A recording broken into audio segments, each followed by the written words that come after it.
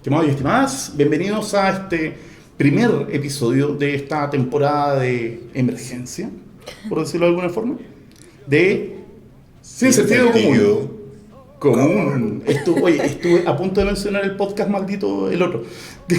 ¿Por qué? Bueno, no sé, insisto. Bueno, han sido días difíciles, obviamente, entonces sabrán disculpar los exabruptos, la improvisación, las cosas. Hay daño cognitivo. Asociado a exposición a noticias falsas, a lacrimógenas, a todo. Bueno, estamos acá en Providencia. ¿Estamos sí. Y bueno, les contamos desde ya, vamos a hacer una temporada cortita. Esta va a ser una temporada de 4 o 5 capítulos. Y lo primero que tenemos que hacer es obviamente presentar a nuestra nueva panelista. Hola. Daniela, por favor. Sí, no soy Arturo, no sé si se habían dado cuenta. Sí, eso, pero tú dijiste que te ibas a dejar barba. Sí, pero es que como me avisaron que no, ya, me afeité. no era necesario, ok. Mi nombre es Daniela, soy psicóloga. En este momento no estoy ejerciendo, pero trabajo en una empresa de tecnología. Sé un poquito de tecnología, un poquito de todo. Salgo de neurociencia, me estoy formando como neuropsicóloga, más o menos neuro. Esa es como la mía. Igual se ve harto de razonamiento y esas cosas. Trato claro, un poco... o sea, vienes de allá de ese antro de perdición que está allá en Calle Vergara. Sí, donde, por ahí. O sea, de hecho... ¿Nos referimos a la universidad o al barrio? No, la universidad ya. También, sobre todo la universidad. Que hay varios antros ahí de perdición. Claro, bueno, entonces, para que se ubiquen un poco, bueno, viene del mismo lugar de donde salió Arturo. Entonces, y Un poco Arturo, más joven. un poco más joven. Sí. Hay que aclararlo. Hay que aclararlo. Y bueno, ella nos va a acompañar durante esta temporada y las siguientes de Sin Sentido Común. Me da por decir esto, qué tonto. Entonces, Está penando. Entonces, bueno, ¿cómo han estado? Dale. Es difícil igual. Yo creo que ha sido un periodo como bien complicado de emociones. ¿En todo sentido, dices tú? Como de estar bien cuando todo está como en caos. Sí. Como ahí bien sensible a todo esto, a la sensación país. Como diría mi padre, hasta acá vamos bien, dijo el pavo en la puerta del horno. Claro. Esa sensación constante de fragilidad existencial. Sí. Y claro, y con harto altibajo, o sea, lo hablaba con otras personas que les ha pasado exactamente lo mismo. Hay uno de repente con esta sobreproducción de información o de imágenes, rumores, de repente uno dice, vamos, bueno, hay esperanza, vamos, uy, mira, de repente 10 minutos después, nos cagamos. Con un partido. Claro, con un partido bueno. Pero claro, el partido bueno, aparte de golpear la mesa, romper la tele, cosas que yo no hago, pero otra gente hace, queda ahí, pues, o sea, pero acá esto no queda ahí, pues, o sea, uno se acuesta con esto, se levanta con esto. O sea, esto ha sido un partido que duró un mes, en el fondo, eso me estoy diciendo. Pero no bien horrible, así como... Sí, y un partido así bien espantoso, así, en el que se está jugando algo muy importante y como que da la sensación que como que podríamos ganar, pero vamos perdiendo, una cosa así. Creo que me han empatado. Eso tengo, al menos... Claro, yo todavía tengo esa sensación así como empate, de que no podemos cantar victoria todavía. Claro. Para nada. Nunca hay que cantar victoria. Hasta la victoria, probablemente tal. Bueno, en fin. Bueno, entonces, como les decíamos, el contexto de este capítulo y de esta mini temporada es precisamente lo que no sé si sea adecuado llamarlo así como el estallido social. Eso la ya es un gran revolución. tema, o sea, ¿cómo nombrarlo? O sea, ¿Cómo va a pasar a los libros de historia esto? La revolución de los 30 pesos. La revolución de los 30 pesos, el estallido, etcétera. ¿Qué nombre le pondrían ustedes a esto? Difícil casarse con algo así ahora. Creo que revolución, hay que ver si es que algo se da vuelta, como para nombrarlo revolución. Ya. Que se invierte un Yo orden. creo que vamos para allá. Ojalá, pero... Soy muy optimista, pero... Mira, el día en la radio de casualidad escuché justo a Joe Vasconcelos en una entrevista. En una canción. Claro, le preguntaban así, esto mismo, ¿qué hay pensado tú? ¿Qué te ha pasado? Y claro, él una posición de la vida que respeto mucho, pero no comparto, ¿cierto? Es más optimista, para ver algunas cosas. Él decía, no, yo estoy muy tranquilo, tiene que tener fe, confianza. Decía, esto es como un parto. es muy doloroso, pero al final tienes esa guaguita y qué cosa más linda. Y me alegró pensar que hay gente que lo está tomando así. O sea, que por su salud mental, digamos, hay personas que tienen esa expectativa tan positiva. Yo no la puedo tener, Es que yo creo que igual pero esa metáfora del parto al menos encontré que le envidio el poder creerla. No, yo no la puedo creer, pero me alegro que él la pueda creer. pero es difícil como equipararlo. A mí me pasa que es como, hablando como del parto, lo que pasa con los embarazadas, como que después se les olvida de todo lo malo que pasó y te dicen como no, si todo estuvo tan bien. Ah, todo claro, tan así cuando bello. baja la Claro, oxitocina, las endorfinas. si todo etcétera. estuvo tan bacán. Sí. Ah, no sé, yo no he tenido así como, por ejemplo, cuando se hizo el anuncio el día, ¿qué día fue? ¿Fue día sábado, domingo? ¿Que se hizo este El anuncio 19. el de las 3 de la mañana? ¿Fue qué día? Ah, fue eso fue el jueves. Fue de jueves, a viernes. de jueves a viernes. Yo me acosté con la sensación de que, no sé, en Twitter había como mucha euforia, mucho entusiasmo y yo dije, pucha, el problema con el entusiasmo es que rápidamente da... No sé, mira, a ver, paréntesis, volví a hacer clases en colegio. Y como me he puesto como misión envenenar la mente de la juventud, he estado trabajando últimamente sobre la rebelión en la granja de Orwell. Sin ninguna intención de decir ya esto se llama tanto ismo o este otro ismo, etc. Sin ismos. Hablando solamente de animales dentro de la granja. Y la moraleja que yo pretendo que les quede es el hecho de qué es lo que pasa cuando se consigue una victoria y dejas que las personas que obtuvieron esa victoria se organicen y reorganicen una nueva situación, una nueva realidad, una nueva sociedad. Y qué es lo que tiende a pasar. Y qué es lo que la historia nos enseña que tiende a pasar. Cuando se gana, entre comillas. Y acá todavía no se gana y ya tenemos 40 colectivos, 5 murgas, 2 batucadas y 4 fuentes de soda nuevas que están como punto de reunión. Así. Entonces, yo no sé. Yo veo en algunos, por ejemplo, no sé, el Barbón Boric que está como tratando de remar así como para un lado, pero tampoco sé hasta qué punto sea la izquierda capaz de capitalizar en términos, ¿cómo decirlo? Político. En términos políticos de todo esto. Y de hecho incluso ya hablar de capitalizar políticamente ya es como decir, oye, pero loco, estos locos, ¿qué van a capitalizar si no son ellos los que dieron origen a todo esto? Los que dieron origen a todo esto fueron primero los estudiantes, luego la gente que salió a marchar. Y estos son los últimos en subirse al carrito. Entonces... Sí, hoy otro factor que he visto que se ha abordado muy poco a nivel de opinión pública, o sea, que quizás es algo que no es muy importante, pero lamentablemente hay gente que de ahí tiene el poder de tomar decisiones, entonces por eso me preocupa un poco. Esta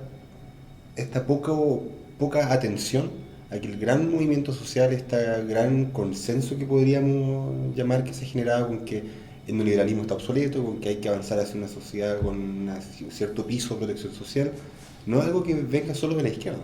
Podríamos decir que sí, que los estudiantes que salieron eran de izquierda, que hay consignas que partieron como de izquierda, pero ya a esta altura se socializaron tanto que si uno ve la desaprobación del gobierno o la aprobación que le queda, ese 9%, no significa que el 91% restante sea la izquierda. O sea, ojalá, pero no es así. O sea, claramente en la gente que está apoyando este movimiento, hay gente que también es de derecha. Hay gente que, claro, no es neoliberal, pero probablemente es nacionalista. O lo que ha pasado cuando algunos comunistas van a las marchas, que los funan, los echan. Yo hace poco... Cuando van representando como al partido. Claro. Yo, de hecho, tomé un Didi hace un tiempo, cuando había toque de queda esa semana. Llegaba apurado con un Didi. Y empieza a meter conversa al chofer, pues me dice yo soy militar. Y yo, primero que pensé como, calle, no sé. Qué miedo. Y sé que me empieza a decir, pero sí que estoy de acuerdo, estamos no da para más, weón. Empezó a hablar de la desigualdad, empezó a hablar, y claro, de sus palabras, no sé, aparte de eso no se desprendía ninguna opinión de izquierda, pero era simplemente este hastío de cosas tan básicas que ya sería burdo nombrarlas acá, pero son esas cosas de lo que la gente ha dicho hasta el cansancio, las pensiones, salud. Lo que pasa es que yo creo que también políticamente siempre se ha polarizado mucho, o sea, como si tú piensas en la gente ya eres de izquierda y si no tienes que ser una persona que solo piensa en la plata, un empresario de corbata o un tipo así como De bajo con poder, el hippie, zampoñero. claro, o sea, como ahí con tu morral. Sol y lluvia, sol y lluvia.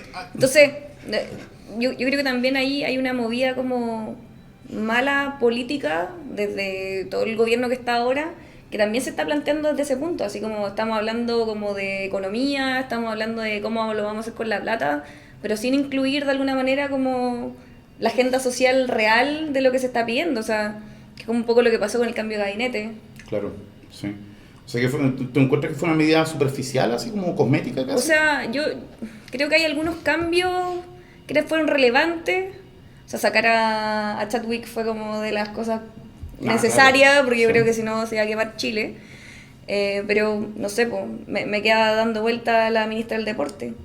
¿Qué hizo la pobre ministra del Deporte para que la Para sacaran? que la O sea, sacaran como... y pusieran a... Sí.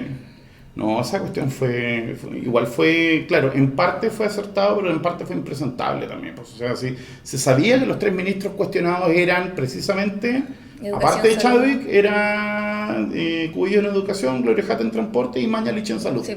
Y que todavía están en sus puestos calladitos, excepto Mañalich, que rompió el silencio hace poco, y para decir otra estupidez más encima. Entonces, es como, no sé, en términos de manejo político, la sensación que a mí me queda por lo menos es de ausencia de conducción política. Es como que no se está conduciendo, solo se está reaccionando.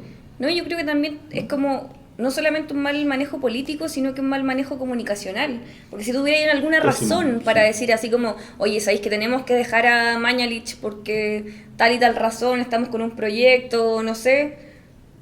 Plantéalo, comunícalo, de alguna manera reacciona a lo que te está diciendo la gente. O sea, como, oye, ¿sabéis que hay que sacar a este tipo? No, porque esto. O sea, Pero mostrar que hay tener una algún- racionalidad Claro. en la decisión. Sí. Es como, no, porque es mi primo. Una, así como, no sé si es, no, es Chadwick. No, Chadwick era el primero. No, pero el otro Ya, capaz. que pero lo defendió todos también. son primos. Sí. Son todos primos. Primos en todo caso. Pienso, además, a propósito de esta falta de conducción, en estos días he leído muchos abogados, más de lo que hubiera pensado que lo iba a hacer en mi vida, y hay conceptos que aparecen, ¿cierto? Esto de que, claro, están los cambios institucionales que quedan escritos en papel, ¿cierto? Pero hay otro tipo de cambios que son, podemos llamar, de facto. Leí con mucho interés al principio, cuando se declaró el estado de emergencia, estaban los milicos en la calle, leí a harta gente decir que, claro, que esto de facto era le llamaban un momento constituyente. Incluso alguna reminiscencia de Gabriel Salazar ahí en ese tipo de lenguaje, ¿cierto? De que quedó demostrado en los hechos que la Constitución no daba para más, que la realidad la desbordó y por lo tanto no es que la pregunta no era debemos hacer una nueva Constitución, sino cuándo y cómo, porque la que tenemos simplemente no va a permitirle a las instituciones seguir manteniéndose, al menos por un tiempo razonable. Y siguiendo esa lógica de que hay cambios institucionales que ocurren de facto forzados por los hechos, también, y esto lo hablaba con unos amigos el día del que fue este anuncio del acuerdo por la Constitución, claro, Piñera habló el martes, que dijo una tracalada de hueá, bueno, como casi siempre, pero fue esa de cuando Violencia. claro, y esta que... Lorem ipsum dolor citamet, violencia. Esta especie de secreto a voces de que él quería declarar el estado de emergencia y los milicos le dijeron que no. Claro. Entonces tuvo que salir a improvisar. Y Piñera desapareció como 4 días. Y en esos 4 días hubo la primera señal política, que más allá de que hay gente discutiendo ahora si es suficiente o no, si funciona realmente o si va a ser una constitución respetable o no, pero hubo algo concreto por primera vez cuando Piñera desapareció del mapa. Claro. Entonces se habla de que entramos de facto en una república parlamentaria en estos momentos. O sea, el presidente, y no solo él como ser humano que es el Piñera, sino además el presidente como figura dentro del gobierno del poder ejecutivo entró de facto en un segundo plano, y de aquí en adelante, o sea, o lo cambiamos luego con la Constitución, pero ya los propios hechos no van a permitir que Piñera o el Ejecutivo en general, el gobierno, asuma esa conducción. A mí O sea, aunque quieran, no podrían. como yendo un poco en lo mismo, a mí me asustó un poco cuando ya estábamos con los toques de queda, en estado de emergencia, Sí. cuando también un poco comunicacionalmente se empezó a mostrar que Piñera no estaba haciendo como al nivel para tomar decisiones ni nada. No estaba dando el ancho en el fondo. Y el Sí. más lógico de la tele que salían ahí cuando daba el comunicado era el militar. Da como que Claro. decía así como, no, Porque- sí, nosotros no estamos en guerra, estamos felices con todo. Soy un hombre feliz. Soy un hombre Eso- feliz y no así como... Igual es una imagen peligrosa, como Claro, el presidente no da abasto y tenemos a un militar que está feliz y no está en guerra, como lo que está Claro. diciendo. O sea, se había superado. Estaba haciendo agua por los cuatro costados, en el fondo. Claro, a mí lo que me da susto es como que esa imagen llegara a la gente y fuera algo Yo creo que llegó. así como Yo creo lógico, que- así como, oh, sí. O sea, de hecho yo creo que ese 9% se explica a partir de, por un lado, la falta de conducción, la falta de presencia incluso. Y yo creo que eso es transversal, en el sentido de que le dolió tanto a la gente, no sé, pues, más de derecha, más neoliberal, incluso a la gente más autoritaria. Que es curioso eso, o sea, ya estábamos todos furiosos con él, por razones políticas, obviamente, y que se le haya enojado más encima a la gente del otro bando, la gente que se suponía que tenía que estarlo apoyando. De hecho, me llama profundamente la atención que su propio partido, que es Renovación Nacional, es precisamente el partido que además ahora le está quitando el piso también. ¿Ya? Con la figura esta de, ¿cómo se llama el desbordado? Marito el desbordado, ¿ya? Y pareciera ser que el único enclave fuerte que le queda es la ODI, ¿no? Una cosa de locos, pues, o sea... Ay, pero bueno, miren, yo tengo acá a la vista algo así como una cronología de los hechos. Y vamos a hacer una dinámica. Vamos a Una conectar, actividad. vamos a hacer una actividad, eso, nos vamos a conectar con... Entonces, ustedes que están en sus casas, Nos miramos a los ojos, les vamos a pedir que se miren los ojos y nos conectemos con nuestro corazón. Nos sintamos. conectemos con la emoción y sintamos. Entonces vamos a cerrar los ojos y vamos a recordar. Y yo les voy a ir preguntando. 7 de octubre, primera evasión masiva del metro. ¿Se acuerdan de haber visto eso en las noticias? ¿O en internet? Sí, Sí. yo me acuerdo. Los A mí, cabros- una de las ¿sí? cosas que me impactó más es lo fácil que es abrir la puerta del metro. Como que hubo un forcejeo y la agua se cayó. Sí. Destrucción. Claro. Pero orgullosa. El 7 fue como la primera evasión masiva, en el sentido de que fueron los cabros saltando los torniquetes. Y tengo entendido que fue en el Metro Universidad de Chile y fueron los cabros del Instituto Nacional. Y esa fue la primera que está consignada en las noticias del día 7. ¿Ese no fue el día después- que rompieron los No, torniquetes? eso no fue el día. Ya, ya. No. Eso fue la primera, cuando empezaron a saltar. Estuvieron saltando durante una semana. El 14 de octubre, evasión masiva comienza a tomar más fuerza. Saltando. ¿Qué, amigo? Estuvieron saltando No, durante sí. una semana. Saltando. Hablando sin parar. Sí. 17 de octubre, evasión masiva y destrucción de algunas estaciones. El día 17. Ahí es cuando ya... Y del día 17 me acuerdo precisamente de la foto icónica del metro Baquedano repleto de pacos. Ujú. Y el 18. ¿Ese es el mismo día de la foto del estudiante arriba del torniquete? Sí, creo que esa foto es del 17. Después, 18 de octubre, se suspende el servicio del metro, miles de personas repletan las calles. O sea, el 18 probablemente tal empezaron Me acuerdo que fue un viernes y yo había organizado pizza en mi casa y no fue nadie. Tristeza. Yo estaba invitada a un cumpleaños. No, no fui. no pudiste ir No. o no quisiste. O sea. No, porque estaba como destruyéndose todo. Llegó ella y como un amigo. Y acá, día 19 de octubre, sábado, se decreta estado de excepción, ¿ya? Estado de emergencia y toque de queda en la capital entre las 10 de la noche y las 7 de la tarde. ¿Algún recuerdo en particular de ese A las día? 7 de la mañana. Sí, o sea, claro, entre las 10 de la noche y las 7 de la mañana. ¿Alguna imagen que les haya quedado? Como tú bien decías antes, o no sé si lo dijimos durante, pero aparte de que quemaron el metro esa noche, empezaron los saqueos. Claro. Entonces recuerdo que fue un día de ver mucha información, de estar hablando mucho con amigos y ver cantidad de videos de violencia, de Paco, imágenes fuertes, y sentir esa especie de saturación ya cognitiva, pero a la vez enviciante. O sea, como digo, no doy más, lo sigo mirando al agua. Como una especie de enviciamiento, pero no de morbo, sino de esta situación de tener un latincá, de que si hay una estabilidad muy grande, por ende quiero tener más información para tener alguna conclusión, pero mientras más información tengo, más veo lo complejo que es, entonces el círculo vicioso del conocimiento. Claro. Mientras más se sabe, menos se sabe. A mí fue más como una sensación, así como de incertidumbre. Así como que ya fue toque de queda y fue como... Yo creo que tanta historia que uno le cuentan como volviendo al 73, Claro, ahí que fue como aparece... una idea así como en qué año estamos. Claro. Así como que Porque ya no era un estado de emergencia porque ya lo habíamos vivido como en terremoto, en catástrofe, pero ya como por desobediencia. Por razones políticas. Claro. Sí.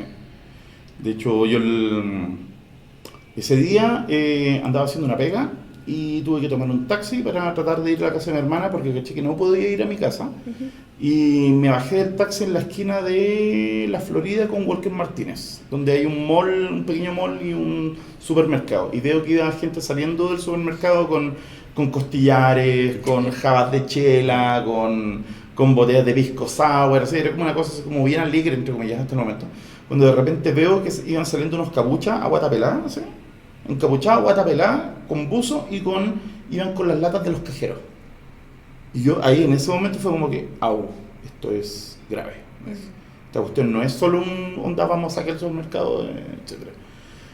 Y bueno, obviamente pasé por el lado y cuando ya me alejé lo suficiente, escucho viene la yuta y que aparece carabineros disparando y gaseando y yo corrí como no había corrido desde que estaba en cuarto medio. Y nada, llegué a la casa, me puse a ver tele y fue como, en ese momento se me atravesó la siguiente idea en la cabeza y fue que esto es historia en desarrollo. Eso. O sea, esto que está pasando acá va a ser un capítulo de los libros de historia en 10 años más. O 20 años más. Ahí fue como, ya como súper claro. De esta no, ya no fue, eso del ya no prendió, no, mentira, prendió y prendió con cuática, con ganas.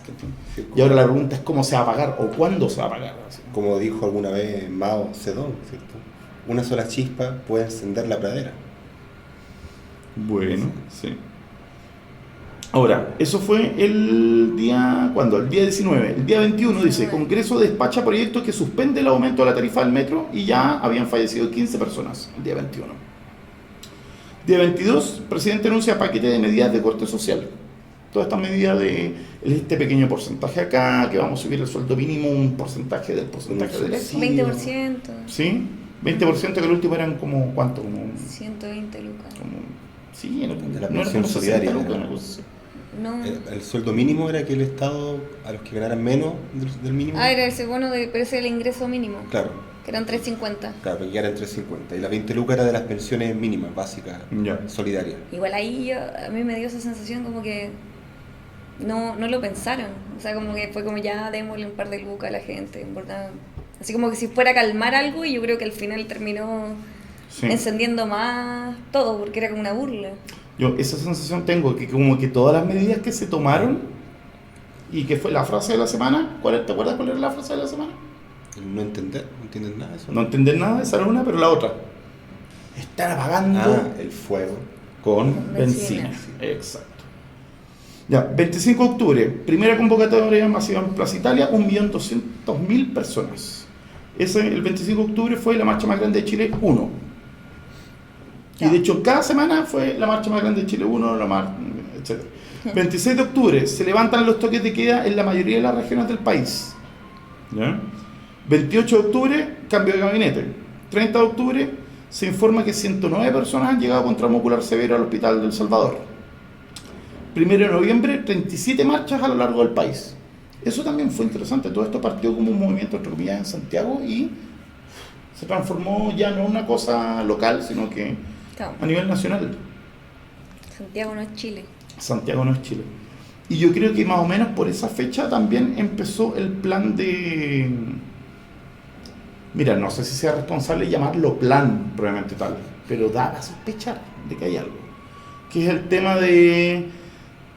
Fue aproximadamente por esa fecha cuando terminaron estos especiales de noticias por las 24 horas y volvieron las teleseries, volvieron los reality, volvieron los cocineros gritones, volvieron todas esas cosas.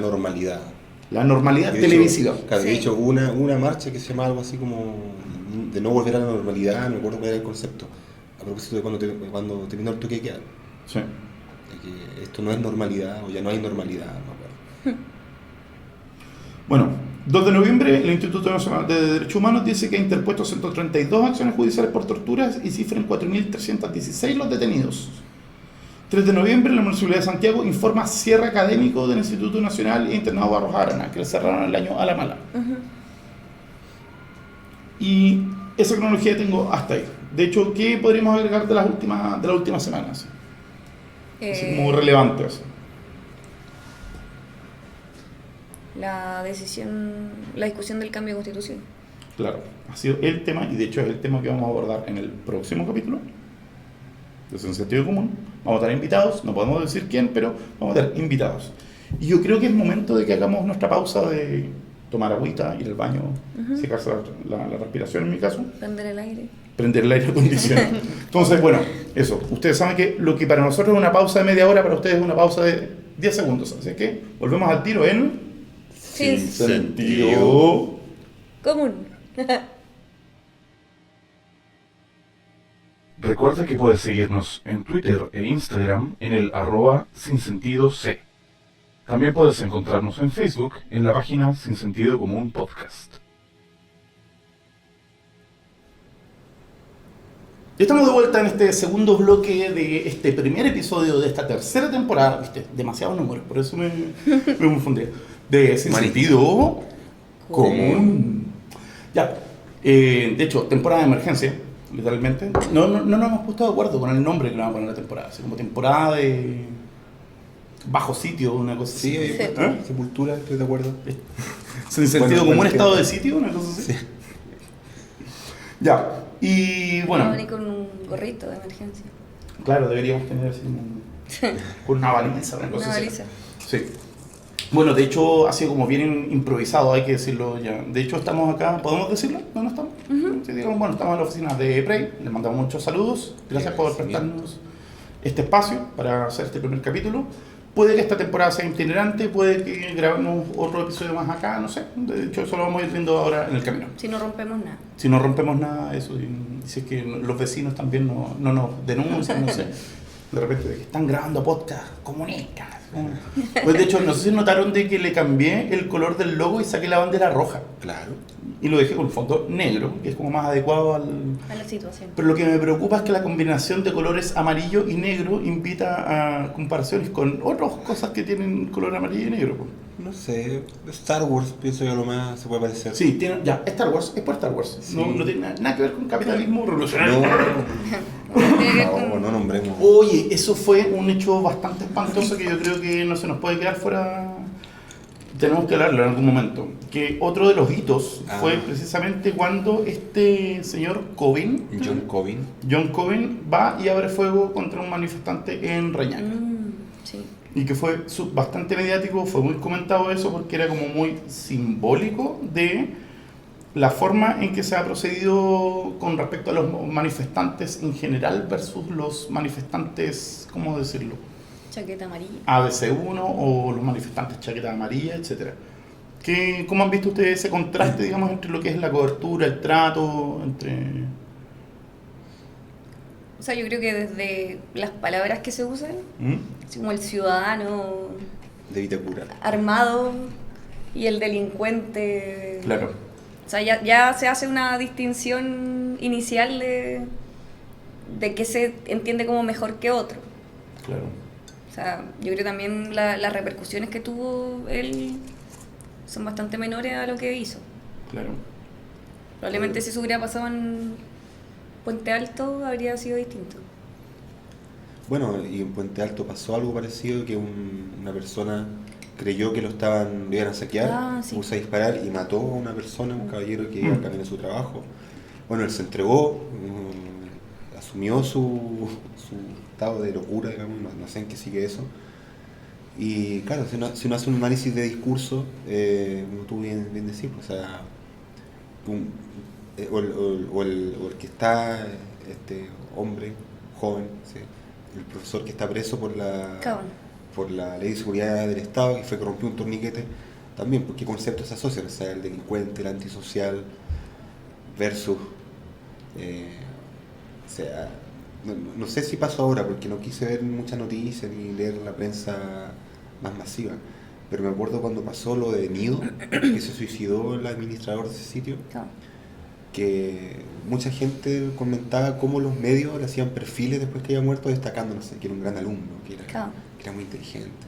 Y Casi una víctima, no lo sé. claro, De en la realidad, sociedad. claro, en realidad no sé qué tanta responsabilidad tenía en ese caso, no quiero meterme en eso, pero, ¿cierto? Esa misma benevolencia con casos que son probados, con las víctimas que ha habido estos días. O sea, hay gente que ha muerto, hay gente que ha sido torturada, gente que ha sido violada, gente que ha sido mutilada. Y yo creo que, no sé si habrá habido una historia humana con música de fondo triste diciendo, él era el Un hombre buen que falleció. alumno. Claro, era tan inteligente. Un buen vecino. Sí. Claro. Sí. Yo me acordé de un estudio que... imposible que me acuerde el nombre, pero puedo dejar la referencia abajito en los comentarios en YouTube.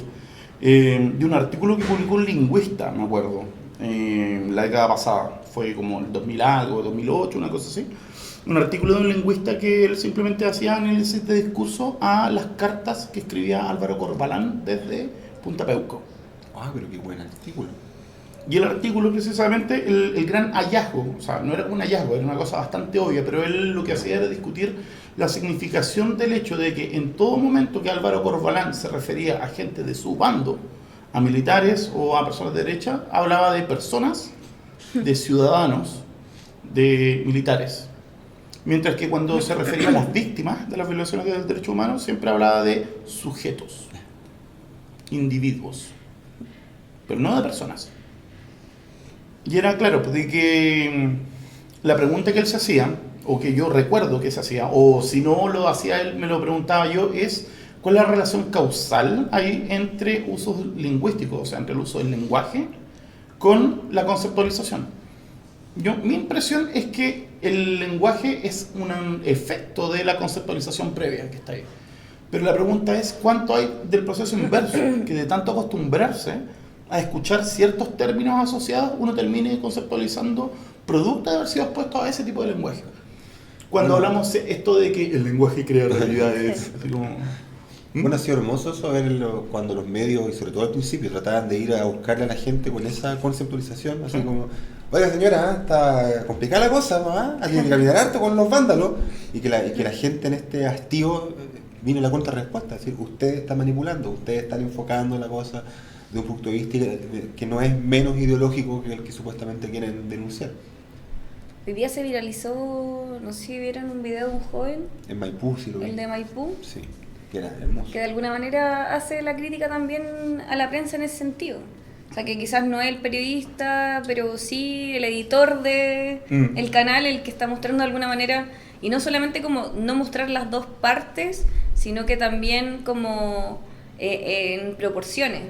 Claro. O sea, la proporción de quema, saqueo, gente, no sé, atacando, quemando lugares, y la otra proporción de, sí, también hubo Claro. violencia policial. No, y esta cuestión incluso que ya que por suerte he visto que estos meses más gente lo está diciendo. Yo lo venía diciendo antes, como el viejo que le grita a la nube de los Simpsons, que le pongan música a las noticias. La musicalización Claro. es la explicitación de que estés renunciando a algo así como que sabemos que no, la prensa no es eso, pero digamos de objetividad o de imparcialidad. Sí. Y es la aceptación explícita de que estáis construyendo una narrativa, de que estáis construyendo casi una obra de ficción. Claro. O sea, estáis haciendo cine, ¿cachai? Cine Claro. muy malo probablemente, o lo que sea, pero en el fondo no es menos subjetivo que ver Batman, ¿no? Y también como tú dices, la respuesta como un poco viene con la pregunta, si es cierto que usted está súper asustada porque los vándalos han venido a saquear lugares, y es como... Claro. ¿Le parece esta situación horrible, insostenible? Claro. Y como, sí, ¿cachai? O sea, como que yo creo que también la gente entre una cámara, un micrófono y alguien que te está gritoneando con palabras, no sé si hay mucho como que... Bueno, pero ha pasado, por suerte. A mí me Que gustó, se ha revertido. me gustó mucho una chica que era de la gente que barre en la calle, ¿Ya?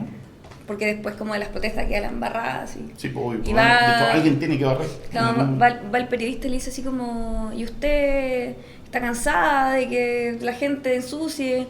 Y le dijo así como, es que yo no voy a hablar con usted, me da lo mismo trabajar un poco más recogiendo estas cosas si es que esto cambia de alguna manera. ¿Sabes? Si me demoro 3 horas en la micro o lo que sea. Claro. Eso lleva, no sé, yo he sentido o he visto en realidad, o sea, no he sentido, he visto harto cuestionamiento respecto al tema de los roles que cada persona ha ocupado dentro de este levantamiento, de esta insurrección, de esta revolución, de este estallido, etcétera. ¿Ya? A propósito del tema de, no sé, pues esta distinción entre la primera línea, la gente que marcha, la gente que está tratando de hacer una vida lo más normal posible dentro de estas condiciones de normalidad, o sea, de hecho yo volví a, bueno, ya lo dije delante que volví a hacer clases, estoy de profe ahora, y ha sido durísimo, porque, no sé, pues hay colegios que han suspendido, hay colegios que no han suspendido, y está la sensación, tanto en, no sé, pues, en directivos, en profesores, en alumnos, de que la situación no es normal, pero que de alguna forma tenemos que tratar de seguir funcionando, porque dejar de funcionar sería como en cierta forma conceder una especie de derrota. ¿Ya? O sea, de que cerrar anticipado sería así como que ya, derrota. Es como, no podemos dejar que se nos acabe el año de esta forma, una cosa así. Igual, Entonces, o sea, esa imposición de la normalidad a mí me parece igual súper violenta. Como que la gente está tratando de, claro, tener su vida, que es como ir a trabajar, pero también seguir peleando por esto y volver a la normalidad, para muchos es como volver atrás. claro, sí. O sea, el tema es que yo creo que no hay nadie que no quiera volver a la normalidad. La pregunta es, ¿a qué normalidad queremos volver? Esa es la pregunta. O sea, claro, yo creo que la respuesta es como, si la normalidad es lo que teníamos antes de esto, no. No, gracias. Pero si vamos a tener como una vida como más grata después de esto y más pacífica, yo creo que para todos es lo ideal. No ver heridos, no ver violencia todos los días. Yo tengo una pregunta muy puntual a propósito de una experiencia que voy a partir contando así como muy en breve. Yo siempre hablo de mi mamá, no sé si... Y resulta que mi señora madre un día me llama, o sea, me escribe y me pide que vaya al supermercado a comprar mercadería porque va a haber un golpe de estado esa noche. Entonces, que por favor vaya a comprar mercadería para varios días, así como onda llena 2 carros y lo lleve. Yo le digo, pero mamá, ¿de dónde salió eso? No, un mensaje que me llegó. Ya, pero ¿de quién era el mensaje? ¿De quién es la voz? ¿La voz la conoce? No, ya, a ver, ya, mándeme el mensaje. Me lo manda, me dice, tengo un primo que conoce a el alguien. legendario primo militar de El alguien amigo, que no sabemos y que el cuñado. Entonces, yo encuentro el tema de la posverdad, de las fake news. O sea, a ver, la diferencia que hemos hecho en varios capítulos anteriores es que llamamos posverdad al fenómeno general y fake news a la posverdad aplicada al mundo de la prensa.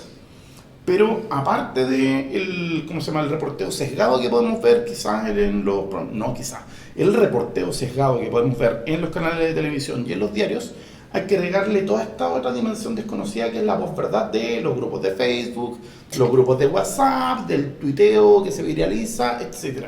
¿Les ha pasado algo? ¿Cómo han sentido eso del tema de la confianza en las fuentes de información? Que yo creo que es una de las grandes víctimas de todo esto. O sea, de que ya es muy difícil confiar en la información que llega cuando uno... O sea, en realidad nunca debería confiarse en la información que viene sin fuente o sin evidencia. Pero yo creo que ese tema está como muy puesto. Sí, está muy sobre la mesa hoy en día.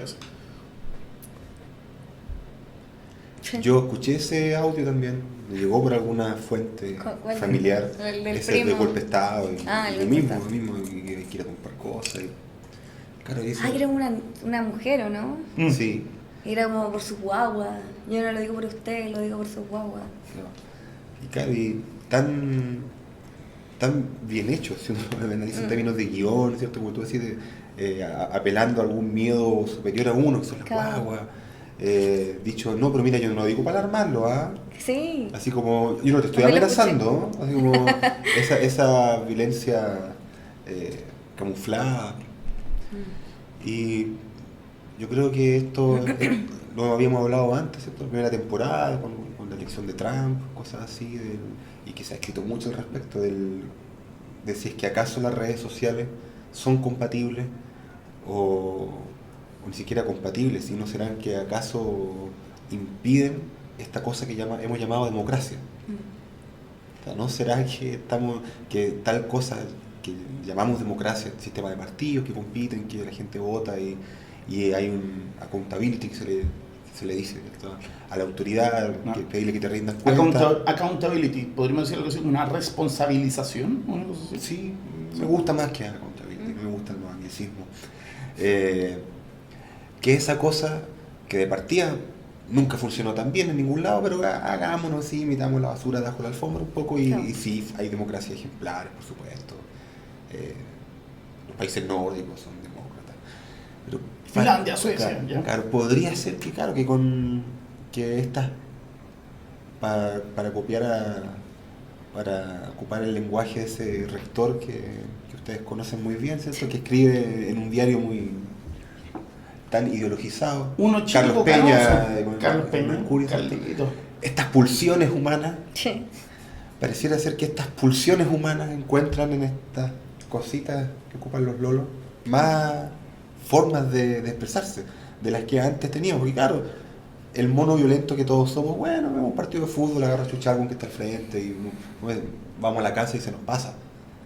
Pero acá no queda solo ahí, o sea, estoy todo el día expuesto y todo el día pudiendo enfocar ese odio, ese tribalismo.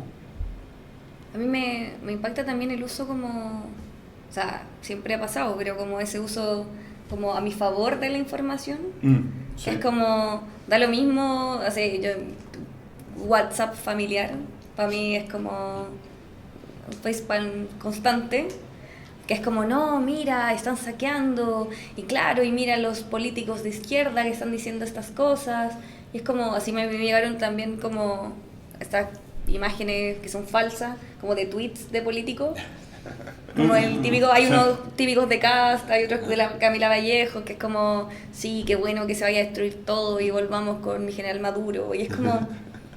Y la gente de verdad como que lo respalda, así como, no, ves, mira, si es un tweet, y es como alguien va a falsificar eso, como si fuera imposible. Sí, muy ¿Cachai? No, con Paint probablemente lo hizo cualquier weón. Y del paso que yo lo he visto, mucha gente que cuando le demuestran así que la falsedad, dicen, pero igual piensa eso. O igual Claro. va para allá. Claro. Ha dicho cosas así. Porque al final como que lo aceptan porque representa algo similar, es como Claro. obvio que dijo que vamos con mi general Maduro, porque comunistas. Sí. O sea, básicamente, sesgo de confirmación, puro y duro, todo el rato. Esta idea de que estamos predispuestos a aceptar la información que esté de acuerdo con lo que ya creíamos de antes y a rechazar la información que contradice lo que creíamos de antes. Y yo creo que eso se ha dado en todo nivel. Ahora, a mí lo que... No sé qué opinas tú, Dani, al respecto de la forma en que podría influir en la toma de decisiones el sesgo de confirmación, pensando, y aquí haciendo así como un diagnóstico, que esta cuestión sabemos que es absolutamente irresponsable, que no hay que hacerlo, pero se hubiese que hacer un diagnóstico al segundo piso de la moneda, específicamente. O incluso un diagnóstico a Sebastián Piñera. Daño respecto orgánico. a qué tan... daño severo. Daño severo. Sí. Respecto al hecho de que cuando uno escucha los discursos, cuando uno ve las medidas que se toman, uno legítimamente se pregunta qué tan desconectado está de la realidad de este hombre. O sea, yo me he preguntado, tengo dos opciones: o este hombre es muy estúpido, o sea, que es una posibilidad, pero no la creo, y la otra, y que la que a mí me parece que es como una posibilidad más siniestra incluso, es el hecho de que probablemente los tomadores de decisiones, por una cosa quizás de salud mental o por la razón que sea, están sumamente aislados informacionalmente de lo que está pasando. So, yo creo que Yo tengo esa sensación. para mí, yo tengo como una teoría, esto no va con mi sentido profesional, pero yo diagnosticaría así como con varias cosas al presidente, Ujú. partiendo por eso, así como algo medio del espectro, pero nuevamente desde nada muy profesional, pero sí me pasa que yo siento que sí está desconectado, da como, la otra vez veía una imagen que me pareció súper como certera, que decía, se casan entre ellos, hablan entre ellos, Claro. o sea, como se contratan entre ellos y al final no hay un verdadero sentido como de la realidad de lo que está pasando a nivel país. O sea, ¿cómo voy a yo creer que alguien se muere en un hospital en el pasillo, que le están haciendo una quimio en una silla, si yo voy a la clínica alemana Donde todo es un funciona hotel, maravilloso. o sea, claro. como yo llego, me ingresan, o sea, todo funciona maravillosamente. O sea, ¿cómo voy a creer yo que alguien se va parado 3 horas en una micro para llegar a su pega si yo me demoro 15 minutos en mi auto con aire acondicionado? Y no es, o sea, yo creo que eso es lo peligroso, porque al final no es como que no lo hayan vivido, sino que no lo saben. Claro. Como que ni siquiera se les ocurre que esto podría ser una realidad, como no una exageración. Ese es el Claro. punto, porque claro, yo creo que saben que hay gente que se muere en hospitales, así como en el pasillo, pero deben creer así como ya, un caso, Sí, un 2 caso de vez en casos. cuando, una cosa así. Claro, ¿no? Yo la teoría que tengo hace harto rato ya y que la hemos hablado antes también es el hecho de que a mí me da la impresión de que hay cierto nivel de análisis en que las personas en general, y especialmente este tipo de personas, o especialmente Sebastián Piñera si se quiere, como que cuando ya hay que hablar de cifras, probablemente tal, de cifras que cuantifican fenómenos, simplemente la cifra pierde significado. Me da esa sensación de que esta gente como que, no sé, por los números de heridos, los números de muertos, es como que para ellos son números en un papel nomás. No, como que no logran hacer el ejercicio de cuantificar, ponte tú, no sé, pues, esas estadísticas en sufrimiento y en todas las cosas cualitativas que utilizamos para describir este tipo de fenómenos. ¿Ya? O sea, siempre hablamos de la dignidad, etcétera. ¿Ya? Yo creo que la palabra dignidad para esta gente no significa nada. ¿Ya? Igual que el concepto de derechos y el concepto de derechos humanos también. Hay, por ejemplo, me da la impresión que para más de algún carabinero a lo mejor el concepto de derechos humanos es una cuestión que es como media inasible, es como son como unas letritas que flotan, pero no así como algo encarnado, no algo así como Pero es como, real. como el equivalente de que los derechos son de querer todo gratis. Claro. Así es como, oye, esa queremos saludar, simplificación. que O quieren... derecho a cambio de deberes, gente que dice, Claro. Claro. hablan tanto de sus derechos. ¿Y quién habla de los deberes? ¿Ah? Firmado carta al Mercurio y... Esta es la carta que publiqué, está bueno, muy buena, te felicito, tú dices lo que yo quería decir, no sabía cómo decirlo, tú lo dijiste muy bien. De hecho, a propósito de eso del no poder cuantificar cosas, yo creo que eso nos pasa a todos. O sea, el otro día explicándole a mis papás, yo trato de explicarles las cosas de forma creativa para que les entre. O sea, que siempre me decían algo así como, ya, pero ¿por qué los ricos no pueden ser ricos? Si los ricos se esfuerzan también y hacen trabajo y tienen, o sea, requieren una cosa así. O sea, básicamente entendiendo rico como de clase alta, en términos genéricos. Entonces, como que ya, a ver, ¿usted se acuerda de la última Teletón? Le dije, sí, me acuerdo. ¿Se acuerda que estuvimos un día entero y que vinieron un montón de empresas con así un tremendo cheque? Y además la gente, gran parte de esa plata no salió de la empresa, salió de la gente que donó, más de la mitad. Y todo eso se juntó la plata de una Teletón. ¿Sabe usted cuántas Teletones tiene Sebastián Piñera en patrimonio? Échele. 3 Teletones, 2 Teletones, Oh. etcétera. Le dije, 368 Teletones. Esa es la fortuna de Piñera. Y mi mamá así como que se le cayó el pelo, así como... Le dije, ya, y déjeme sacar otra cuenta. Esa misma fortuna personal, ¿cuántas veces podría reconstruir todas las estaciones que se echaron a perder? 9 veces, si no mal me acuerdo. Y era como que, o sea, lo que se destruyó, ahí claro, el cálculo es que lo que se destruyó de estaciones de metro es muchísimo más de lo que requiere la Teletón para funcionar un año. Y resulta que solo ahí, como que las personas empiezan como a, si uno en vez de ponerle números, uno pone unidades, ¿sí? Como por ejemplo, no sé, pues onda decir ya, ¿cuánta azúcar tiene una Coca-Cola? Tantos trozos de torta. Ese tipo de cosas. Y no decirle tantos gramos de glucosa, porque los gramos de glucosa no significan nada para nadie. Sí, yo me hizo que es tan humano que no, imagínate la astronomía como ciencia y como También. los astrónomos y las astrónomas que dice gente muy racional, que ha estudiado mucho y tienen que hacerse medidas, o sea, la unidad astronómica, los parsecs, los años luz.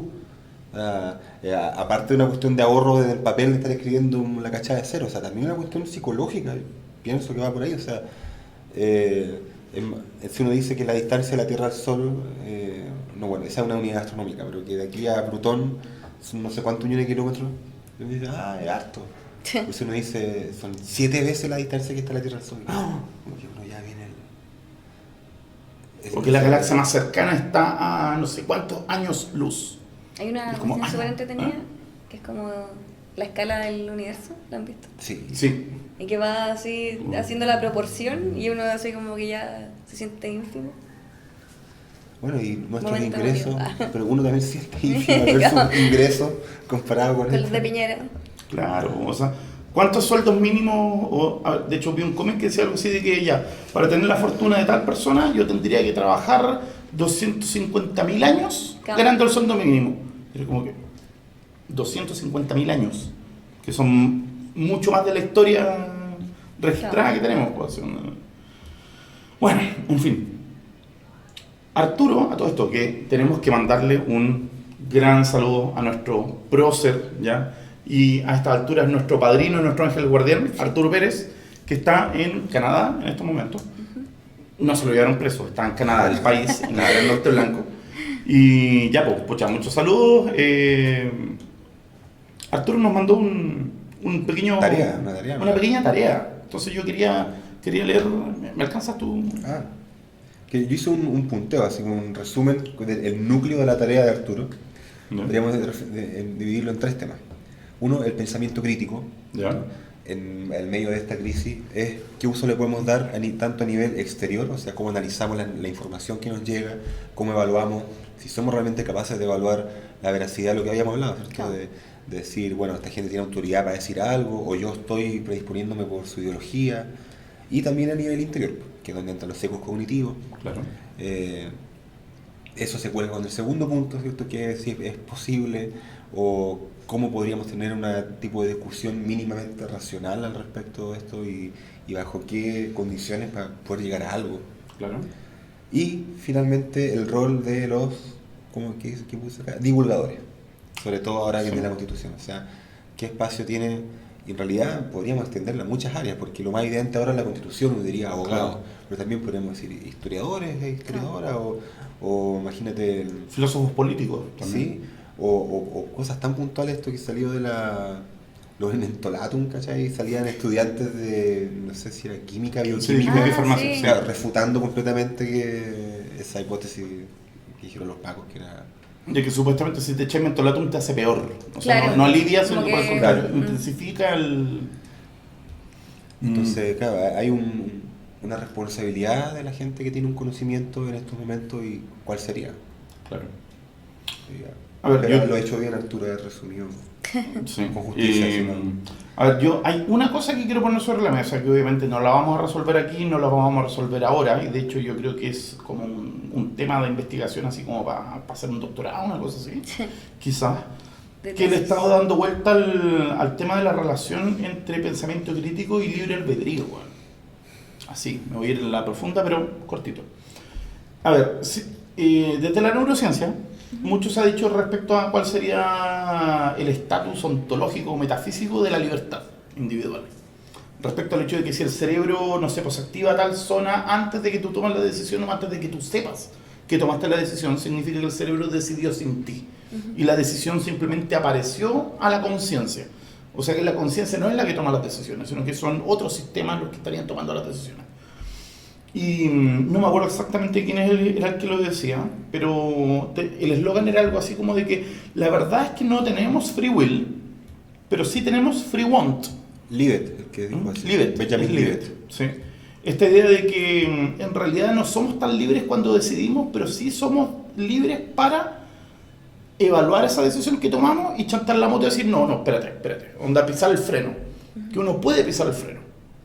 Eso es algo que sí se puede hacer. Porque yo me sorprendo muchas veces con pensamientos o con un discurso más bien derrotista. Con esta idea de que la gente en general, incluyéndonos, somos más bien tontitos, por no decir ahueonados. ¿Cachai? Y que como somos naturalmente ahueonados, sabemos que esto va a costar, que va a ser difícil, que va a haber que hacer mucho andamiaje informacional, cognitivo, incluso andamiaje moral. ¿Cachai? Porque no podemos esperar que las personas sean moralmente correctas solo por su buena voluntad, Claro. como decía Kant. Que sí. ¿Ya? Entonces, como tenemos que armar todo este andamiaje para construir sociedad, etc., pensamiento crítico pareciera ser precisamente pisar el freno y decir, wait, espérate, ¿qué estamos asumiendo? ¿Qué estamos evaluando? ¿Qué estamos...? Siempre es como eso, pisar el freno. Y un filósofo en Twitter que es el autor de un libro que se llama Tecnología y Nihilismo, Nolan Gertz, hacía la siguiente pregunta. Me pidieron hablar sobre pensamiento crítico y resulta que siempre que hablamos de pensamiento crítico lo conceptualizamos de forma negativa, de forma reactiva. Que el fondo pensamiento crítico es reaccionar a lo que pasa, reaccionar críticamente. Y que poco se habla respecto a prácticas positivas y propositivas de pensamiento crítico, en términos de rutinas, en términos de hábitos, y no solo tener que andar buscando falacias, buscando sesgos, así como, y acusando, o sea, diagnosticando. Pero eso es que el pensamiento crítico no es solo hacer diagnóstico, sino que también ciertas disposiciones, ciertas actitudes críticas. Y eso es lo que hay que tratar de instalar de alguna forma, y en términos educacionales no sé por dónde podríamos empezar. Por eso digo que este es un tema que no lo vamos a resolver ahora. Con lo que te se está sacando, yo creo, entre historia, filosofía. Claro. Aunque filosofía igual quedó bien. De hecho, hoy esa cuestión va a estar cuático. El próximo año entra en vigencia el nuevo currículum con nuevos electivos y los profesores que van a tener que impartirlo, en cierta forma, van a tener que entrar así como a no improvisar, pero van a tener que prepararse como locos durante este verano para el nuevo currículum. Entonces, bueno, Arturo en la tarea nos terminaba con una cita Séneca, sí, que dice: nadie es bueno por accidente, la virtud se aprende. Claro. Porque, La virtud se aprende. Por ahí. Sí, por ahí va la cosa. Sí. Ahora, desde la... Estamos ahí. Estamos, sí. Logrin. No sé, desde la ¿cómo decirlo? No sé si neuroeconomía o desde la neurociencia conductual, ¿cómo ves tú? ¿Es tan pesimista el diagnóstico que uno podría hacer desde la filosofía? O sea, es que yo no sé cómo, desde dónde lo abordáis en el sentido de, como de capacidades. Sí. O sea, como si no podemos lograr llegar hasta ese punto. Sí. O sea, en términos de qué tan determinados estamos en el nivel biológico, por decirlo así. O sea, qué tanto manda el sustrato en el fondo, por decirlo así. Tomando la terminología del amigo este del Chumichumi, ¿te acordás? Que decía que todo es sustrato, así como el wifi de la mente, ¿te acordás? No, esa es una talla interna que te tengo que contar después. ¿Sí? Ok. yo no sé esa facultad. Bueno, Yo creo que no. No sé, en verdad. Pero yo creo que no. Yo apuntaría a que no. ya. Como por un tema, porque claro, tenemos como ciertas limitaciones, pero yo no creo que vayan como en el sentido de entender como la moral. O sea, como tenemos también ejemplos, si uno mira así como el espectro humano, de que se puede. Claro. O sea, hay países que funcionan por sí mismos sin obligar a la gente a actuar bien, sino que la gente actúa bien porque sabe que tiene que hacerlo. Que sabe que tiene que aportar, que tiene que... O sea, es cosa de ir, no sé, al metro en Alemania y uno entra y evadir sería lo más fácil del universo porque no hay un torniquete. Pero la gente sabe que tiene que ir a pagar. No tenía idea. ¿En serio? Sí. Uno entra, por ejemplo, al metro en Berlín y no hay nada. Y tú pasas tu tarjeta. Hay como nomás. una casetita pequeña ¿Ya? donde tú tenés que ir directamente a poner tu tarjeta. Wow. De hecho, yo creo que, no sé, el Transantiago como que no sé si se ha buscado o es simplemente por una cosa para acelerar los tiempos de viaje, de que ahora las micros estas nuevas ya no vienen con torniquete, tienen solo el validador. Yo no sé si es que, o sea, cómo se podría imponer o instalar una cultura. Pero es que yo creo que ahí entra el otro tema, como de lo justo que te parece el precio de lo que estás Claro, pagando. O sea, también. yo no sé si la evasión sería la misma si todos tuviéramos conciencia de que es un precio razonable, Claro. y de que esto va a servir para seguir manteniendo un sistema de transporte decente entre todos. Claro, pues si no supiéramos que estamos pagando el transporte más caro de Latinoamérica, Claro, de o hecho. sea, como si no supiera que al pasar la tarjeta en verdad me están estafando. Claro. Y ahí se entra eso como de que más evasión, más sube el precio. Y ahí llegamos a este punto. Sí. Y están estos factores, no sé, sociológicos quizás, o psicología social, de cómo la gente adquiere una identificación más cultural con cierto consumo, podríamos llamarlo, no se me ocurre una palabra mejor, Lo veo, por ejemplo, en el fútbol, o sea, la entrada de repente es mucho más cara que una entrada, que un pasaje de Transantiago, de micro, de metro. Hay gente que va toda la semana, hay gente que es pobre y lo paga, porque ve en ese gesto de pagar, incluso aunque el equipo esté jugando como la weá, y vaya solo para echar chuchá, pero esa weá es que yo pertenezco a esto. Claro, O sea, sentirse parte. es obvio que voy a estar pagando, nos faltan los que se filtran igual, pero es una minoría, o sea, hay esa justicia del precio también responde a subjetividades muy que pueden ser arbitrarias si uno las ve de afuera, y lo son seguro, pero se construyen también históricamente, con Claro, historia yo de creo vida. que también con eso mismo va el tema de la evasión del metro o la evasión de la micro, porque es como, lo veis como un agente externo, o sea, Claro. como Están alguien, cagando. los empresarios que me están tratando como de cagar a mí, y en verdad yo no veo que me ayuden en nada, o sea, como... Claro. No hay un aporte en esto, no hay como una dinámica de que todo vaya mejorando, por eso es que tenemos que estar en esto. Sí. Yo creo que eso es lo que, cuando se hagan los grandes diagnósticos en el futuro de lo que pasó, fue precisamente del paso del el transporte me está estafando al la sociedad me está estafando, o no, ni siquiera la sociedad, el sistema me está estafando. Yo creo que lo que se quebró en estos días fue precisamente la idea de que el sistema, con su mano invisible, con sus emprendedores, con su libre competencia, era insostenible. Esa ilusión yo creo que fue la que se cayó. Claro, y porque desde el año 90, 91, ¿cierto? El fin de la Unión Soviética y todos estos clichés del fin de la historia, había gente que de verdad creía que esta era la única alternativa, que el capitalismo neoliberal globalizado no es que digamos así, es la única forma en que la cosa puede funcionar.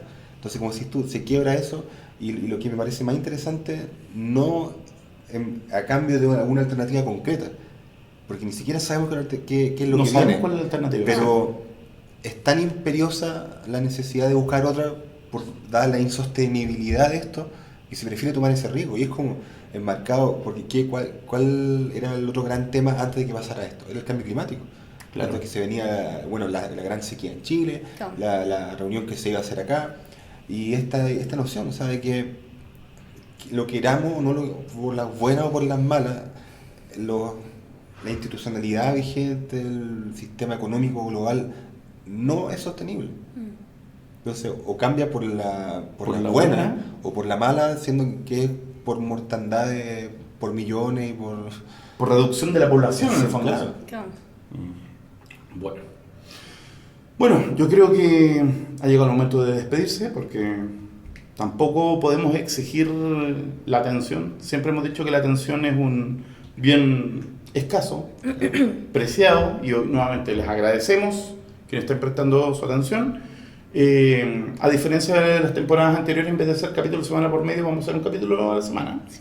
Vamos a tener invitados en plural, y sabemos que no se puede analizar todo esto en un solo episodio, entonces vamos a ir viendo distintos aspectos: el político, el legal, el social, el psicológico quizás también.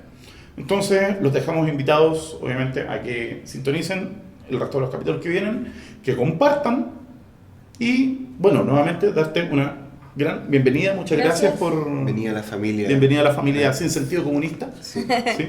Entonces, ahora que ya no tenemos bandera roja, pero tenemos... A mí. Claro. Sí. La Entonces, encarnación, la Claro. personificación. La de ese personificación sentido común. del rojismo. Entonces, eso. Saludos, muchas gracias y nos vemos la próxima semana. Chao. Chao.